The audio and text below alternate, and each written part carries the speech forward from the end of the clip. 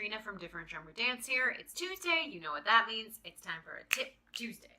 So today I'm going to talk about 5 icebreakers that I like to use at the beginning of the year, at the beginning of a new session of classes, when you might have some new students who might not know each other, they might be feeling a little self-conscious, a little shy.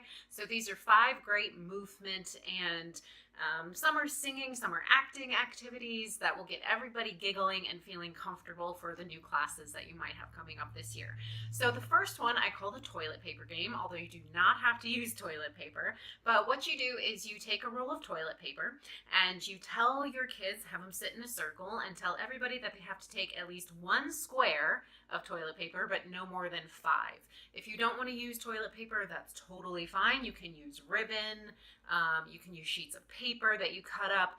So if you don't like the idea of wasting toilet paper, totally get it, choose something else, it'll still work. Okay, so they have to have at least 1, no more than 5.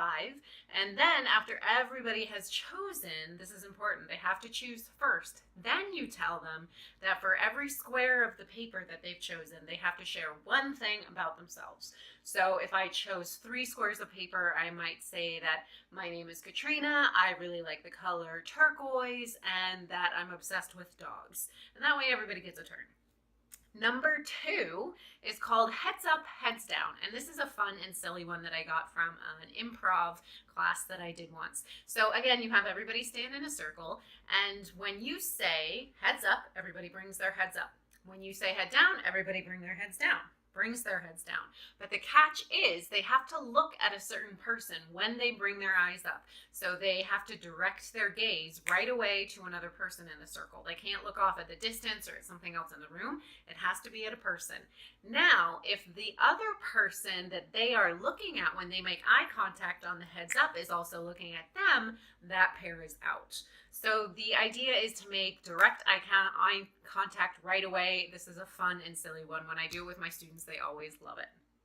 Number 3 is called Hands of Power. You don't have to say it like that, I just like to. So for this one, you're going to put your dancers in pairs, in 2s. One person is the leader, the other person is the follower. The person who is the leader has to have their hand up like this, right in front of the other person's forehead, and that's the hand of power. That person has to lead the other person around to the room, keeping their hand right in front of them, all the way around the room, kind of like they're directing them with their hand of power. So you can go high, you can go low, fast, slow, but you're moving all around the room with all the other students. They might bump into each other. They'll just have a fun time trying to follow each other around. And then you switch, so everybody has a turn. Number 4, this one is another really great one called the energy game. So you'll stand in a circle. One person will go first, probably the teacher. So you have to combine a sound with a movement. So I might choose right? And then that sound has to get passed around the circle. So everybody standing in the circle has to do my movement. Okay, once you've got the hang of that, then the next person goes. So once that sound goes all the way around the circle, the next person makes up a new movement and a new sound like zoom. And then that sound goes all the way around the circle. Okay? Then, as you get more and more comfortable with it, you have to increase the speed and the volume of the movement. So as it goes around the circle, it gets faster and it gets louder. Oh, and one thing about this one, so when you're traveling it around the circle, the sound and the movement goes all the way back to where it came from, to that person who started it, and then one more. Okay, so I would start it, the person who's standing next to me would finish it, and then that person would start their new sound and movement. Okay, and that one is the energy game. Last but not least, this last one is a great rhythm game. You can adapt it for younger students or older students. I call it lap, lap, clap, snap. So if you ever played concentration, that's the game that's the name of the game that this one went by when I was a kid. But you go lap, lap, you do 2 claps on your lap, 2 claps on your lap, 1 clap with your hands, and then a snap. So you're trying to keep this rhythm in the circle. Okay, then the key is that when you do the snap, somebody has to say something. So it could be a name, it could be a favorite color, an animal, anything like that.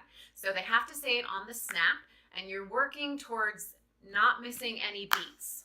So you're going to say your thing on the snap and not try and delay.